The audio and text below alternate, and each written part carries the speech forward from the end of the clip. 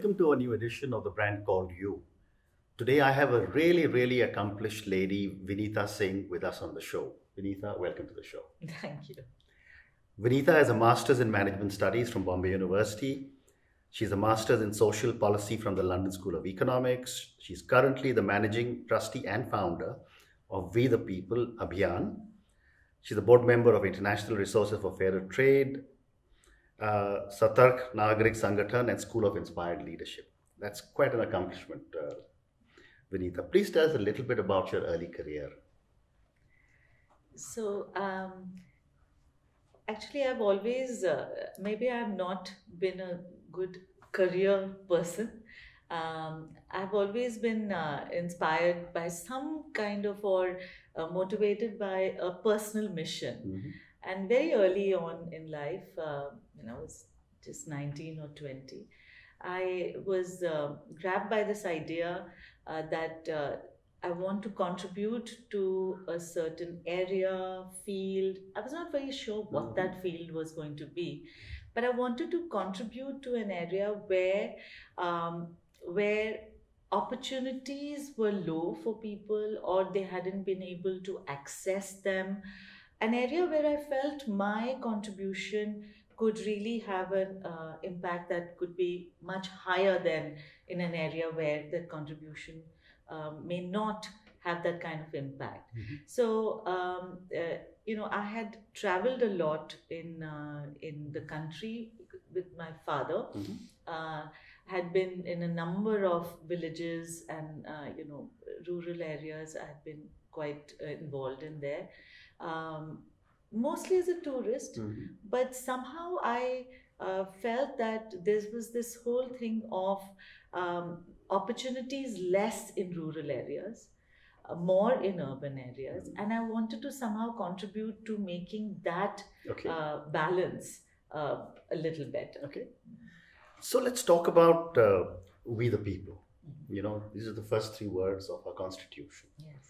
And Abhiyan is a movement, Yes. isn't it? Yes. So tell me a little bit about what this organization does, but even more importantly, what prompted you to found this organization? So the organization is looking at the citizen as a major agent of change, of growth. Correct. In a democracy which we have, we felt that this is the person who's really going to make things happen. You, me, Mhm. and others. Correct. And we understood that the Constitution of India gives us, each one of us, that framework Correct. for making growth possible, change possible. And for me, I love the Constitution, not because I'm an Indian. Of course, I love it because I'm Indian, and it is my Constitution. But also, it's an amazing Constitution. Correct. It is one that absolutely at the core has humanist values, and it believes in the power of the citizen to make her life more human, more a better life, and that's what the Constitution is about. Correct.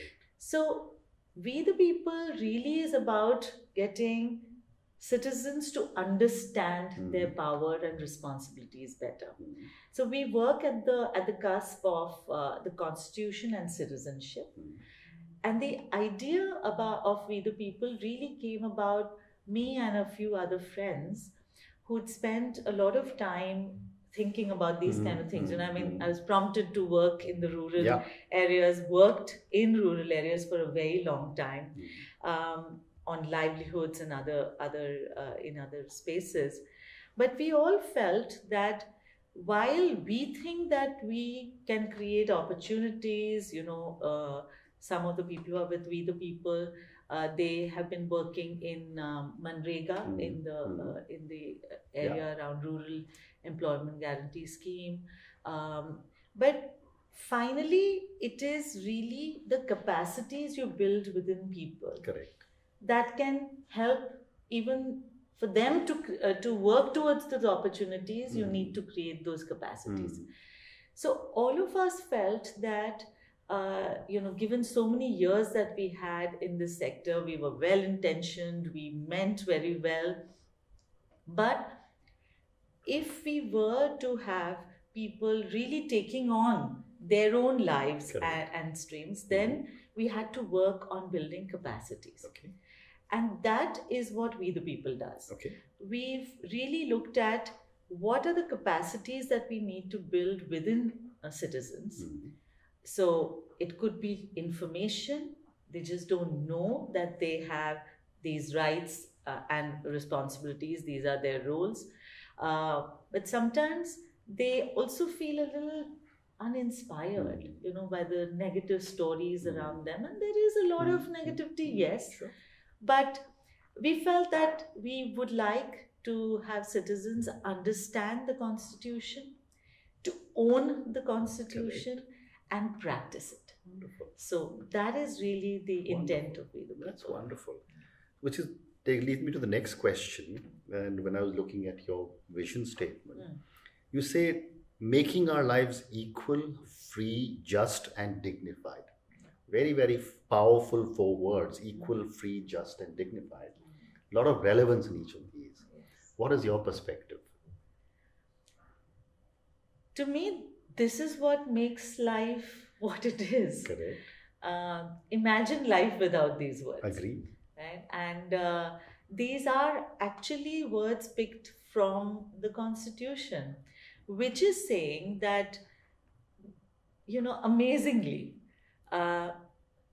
this is the core of the human soul, the human being. This is what we strive towards. This is not what it is. Correct. Yeah, we are messy people. Absolutely. Right? We think we like equality, we want equality, but we ourselves sometimes treat people unequally. A lot of us say we are more equal than others. Yes. So we are messy. Yeah. But this is the aspiration which calls to all of us. Correct. Yeah. Correct. And this is what we think is the way in which the nation is understood. And so our mission is for citizens to own this, understand that we may not be perfect, but that this is the journey towards a world that is more dignified, more just, and more equal. And if we understand it as a journey, then we will know that along this way we'll make some mistakes, but we'll do some things really well. Yeah. And all the while we'll build our capacities to move towards this. And the constitutional framework, what do you do when something is unjust? What do you do when you are not treated equally? Yeah? Or what do you do when you don't treat people equally? What is it? What is the kind of responsibility you hold towards others? Correct. These are the things that the Constitution, if you build capacities in an interesting way with the Constitution, you can make people think about this. Correct. So my question to you, Vinita, would be that the Constitution of India needs to be owned by 1.3 billion people. And yet, I'm not sure how many people really understand that there is this incredible document our forefathers gave to us, which embodies a lot of rights for you and me, or for that matter, every citizen. Yes. How are you going about communicating that every Indian citizen has the same set of rights? Yeah. So, when we started, this was really the gap statement, that there is this incredible document, and yet many of us have not really connected with it in the way that we should be. And that gave us really the mission. Even earlier, Baba Saheb Ambedkar actually recognized that this could be the way things are, because after all, the Constitution is made by 300 people. Correct. They came together, they created it, and then of course it ran, it takes its own course. But he actually said that for constitutional morality is not natural. Yeah, it needs to be cultivated. Help me understand constitutional morality. This is the morality in the sense equality, liberty are the constitutional values and morals. Okay. It's different from what we might see as morality, Correct. which is like honesty and others. Yeah. But these values are the core values. Okay. Now, this so we are expected to behave equally and with just it's just behavior, and to respect each other. Yeah, this is the constitutional morality. But actually, it's not natural. Naturally, we do things which are not to these values, which means that over time, these values need to be talked, discussed, understood that it's going to be difficult, and it's going to be cultivated, which means there's a deliberate action of cultivation. It won't just happen. Correct. Right? Which means we should have spent 70 years of our republic really at the grassroots building this understanding. And somewhere, while our education curriculum has carried this, we have perhaps not done that great a job as we should have. And that's why when we thought of looking at this, we were looking at livelihoods, education, etc. But we felt that the Constitution itself is a cause that we need to take Absolutely. to people. And it is in that area that we felt that if we could train people, how do you build, how do you cultivate? You have quite a few options, but the two we thought was, we really do like a training. Correct. And we train people on it, we help them understand it. So there is a training program or a capacity building program that we call the Citizenship Empowerment Program. Correct. And this is a program that looks at perspectives, knowledge, and skills that are needed for you to operate as a citizen with full power and responsibility. So that program is the program we take to schools, to teachers, students, other civil society organizations, some corporates who are interested in understanding this more. So that's one. The second thing that we do is more around awareness. We do films, we do workshops, we do events, we do talk shows, we do anything that can help people connect Correct. with this document. Correct. So, you'll see me and many times just taking the Constitution copy and sort of, talking to people about it. We have something called citizen cafes, which is like an hour and a half, 2 hours, that we only look at the preamble to the Constitution and see what it means to you and me. Wonderful. So that's the kind of things That's we wonderful. do. Yeah. So my follow-up question to you would be that, a very large number of Indians have started to recognize their rights given to us by our Constitution. How many of us understand our responsibilities that come, along with our rights? I have a right to do this, but I also have a responsibility. Yes, yeah. Yes, I think we have both the situations. We have many people who, because of information, asymmetry, don't understand their rights at all. I mean, this is a real case. In many villages, we understand that the power situations are such that we've not been able to exercise rights. And then there are many people who understand their rights but have not been able to understand that there is the corollary to every right, that we carry responsibility.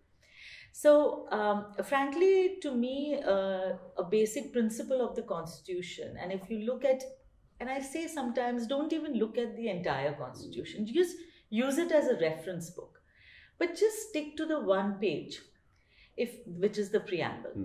If you look at that, the way it is written, it absolutely at its core talks, you cannot talk of rights without responsibilities. It goes together. So if you look at it, it says, we the people of India, and you constitute India into 4-5 features of the state. That's one section. But it quickly goes on to say, we the people of India solemnly resolved to secure to all citizens liberty, equality. What does that mean? It means it is really I have to secure to other citizens these values. So you're not only talking about me as securing for myself, but securing to others.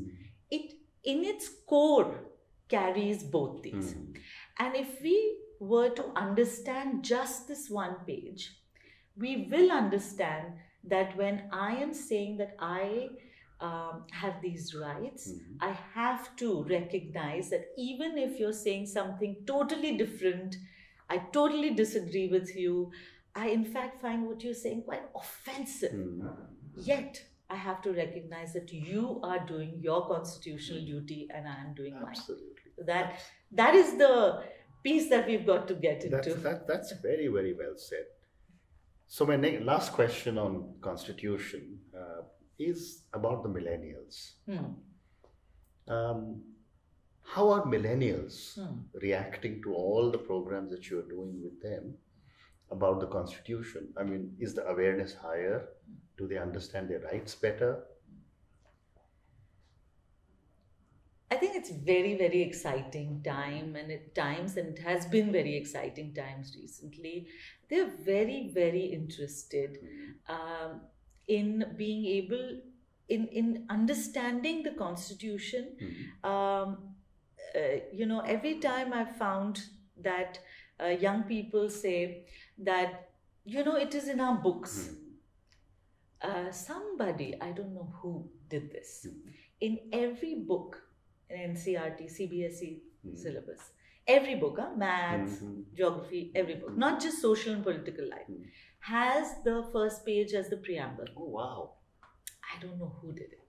But that is really, to me, a masterstroke. It's very empowering. Exactly. And so, you see, the thing is, they have seen it every day, every book they open, they see it, right? Now, teachers don't talk about it. This is their complaint. They say, हमें इसके समझ अच्छे से नहीं बनाई गई है. Which is a tragedy that we have to all do something about. But the fact is, it's there. They see it every day. And then, when you see something as powerful as saying that this nation stands for these values, right? It plays in the subconscious all the time. And so when they see something which is unjust, unequal, that is what has excited me into coming into this. At 19, I thought, there's something not right here. And I was very, very connected with this value of equality. And whenever I would see something which was unequal, I'd say, kuch to karna padega. That's amazing. Some people like me went ahead and did what they did, right? But today a person who's young says, यार कुछ तो करना पड़ेगा, and finds that शायद मैं कुछ कर सकता हूँ. Wonderful. तो एक जो जुनून जो शायद उसी समय होता है ना? और फिर कभी-कभी मर जाता है, कभी-कभी कहीं और चला जाता है. लेकिन मुझे लगता है, I feel that the excitement around, or that connection, that just empathy to understand that, this is a base value, it's a human value, and it's being violated. I need to do something about it. I mean, it's very exciting. Young people from many different ideologies. We have groups where leftists, rightists, all these are words, but people who are from across many different thinking come together and look at what does it mean to be a human being. Correct. And then if something is not going as per the way in which we should be looking at it as human beings, then let's do something about it. That's fascinating. So Vinita, let me move to another question, and I'm going to link it to the Constitution and the rights. And that is a question on gender balance. Well, our Constitution has exactly the same rights for both halves. Maybe that's not the politically right thing to say, but for every single citizen in this country. he, she, and they. Why is it that there is such a big difference in the gender balance, whether it's in the corporate world or it's in parliament or it's generally in our lives? What can we do to make a change in this?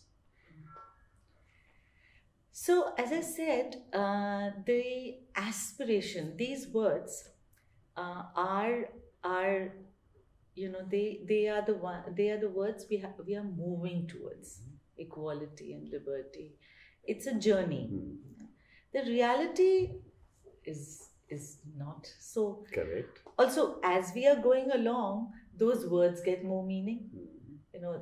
Gender that we did not think about, in the same way as male and female are now, we are expanding our understanding of these values of equality and justice. So this is a journey. We've made a lot of progress, and yet we know that we haven't made so much progress also. So I think to recognize that for a long time, women were not able to find their voice. Let me give you an example. In the Constituent Assembly, there were about 300 people, 299. How many women do you think there were? I was reading somewhere, about 10 or 12? 15. 15. Yeah.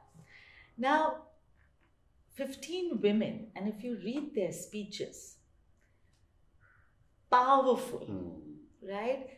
They were hardly, what percentage is this? Yeah, very, very less. But they sat there and they made their presence felt. This was 1946-47. We finished our constitution 1949. Yeah. Many women were not even able to step out of their homes. But these 15 women sat there and ensured that the constitution at the same time gives voting rights to everybody, because we had precedents. Yeah. Women had, even in America, not got the same voting rights for many years after their constitution. So that assurance by those 15 women and many others, of course, of the Constituent Assembly, ensured that we had a framework that was available for women. Now, over these years, women have a responsibility to themselves to make sure they are at the table. They come to these places where their voices are heard. Correct. Second, not even at the table out there anywhere, but in your families, we are to make our voices heard. And the other thing that happens with looking at this is that the environment is created for more women to be out there to make their voices heard. So it is a right that we have, but a responsibility of many other people, including companies, including workspaces like ours. We are struggling, actually. We just have one man in our team, and we really have to get that right. So you need to get your gender balance. We've got to get that gender balance right.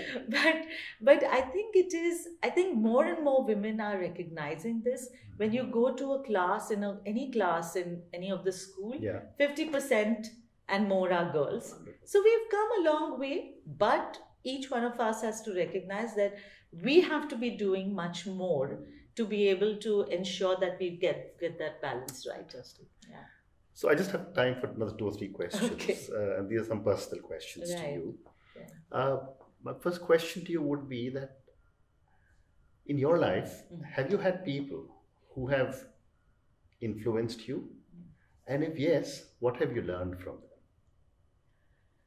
Right. So, yes, of course. One of the persons who influenced me very early on was Dr. Shrikant, who is the Dean of SP Jain Institute of Management. Okay.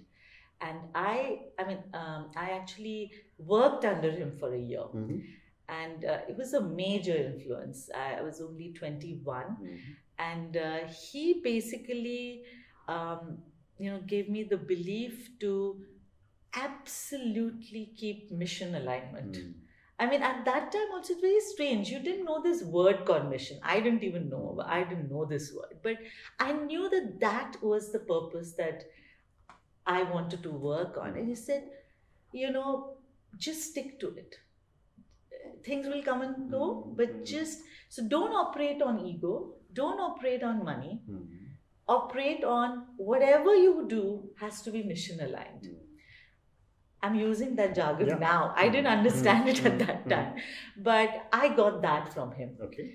There have been other influences. Sushma Sharma, who's been a mentor for me for many years now, again helping me understand that things are going to be tough, but hang in there. But hang in there. It's there's lots of things that will take up your mind, and sometimes you feel this frying of the brain, so many things, but just make sure that you know that this is what you want to do in your life, and then things will come. Terrific. So my next question, I'm so impressed with the kind of work you are doing and the way you're reaching out to so many people. What would be 3 adjectives that define you? So, I'm passionate about what I do, about things I do. Yeah, that's quite evident from our chat. Also, I like to spend moments to be full, more. I'm energetic. I'm hopeful. Persistent. Wonderful. Persistent. Yeah, that's it. So, Vinita, my last question to you, and this is a question on failure. You work with a lot of young Indians, and I've often said Indian parents don't teach children that it's okay to fail. Everyone is first aana, sabse aage niklo, and that manifests itself in our behavior patterns, whether it's on the road or in an aircraft or wherever. What have been some of your learnings from some of the mistakes or failures that you have had? My learnings from failures is that they are going to be there. First let's accept. And when you're young, you really don't think you're going to fail. Correct. Yeah? So when I was in this village in Nashik, and I didn't speak Marathi very well. I was after all, whatever, I may be concerned about what's happening in villages, but I was from Mumbai. I had an urban life. And my team just refused to accept me. And I didn't know what to do about it. I think that first, my learning is this is going to happen. Correct. So accepting that this is part of life, I think, is a very important thing. Second, I think, is that whole thing about mission alignment. If you think that this is what you want to do, then it's a long haul.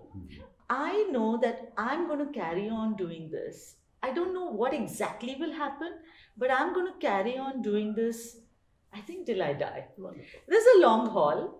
बहुत चीजें आएंगी इसमें और सीखते जाना है और करते जाना है. I think वो ही सीखा है failure से भी. Wonderful. So Vinita, thank you very much. This has been an absolute pleasure speaking to you, and I've learned about the Constitution from you. And I wish you lots of success as you take the message all over. Good luck. Thank you very much, Ashutosh. So lovely to be here with you today. Thank you for listening to the Brand Called You podcast. Be sure to visit tbcy.in to join the conversation, access show notes, and discover fantastic bonus content. You can follow us on YouTube, Twitter, Facebook, and Instagram. Simply search for the Brand Called You. Thank you, and see you next week.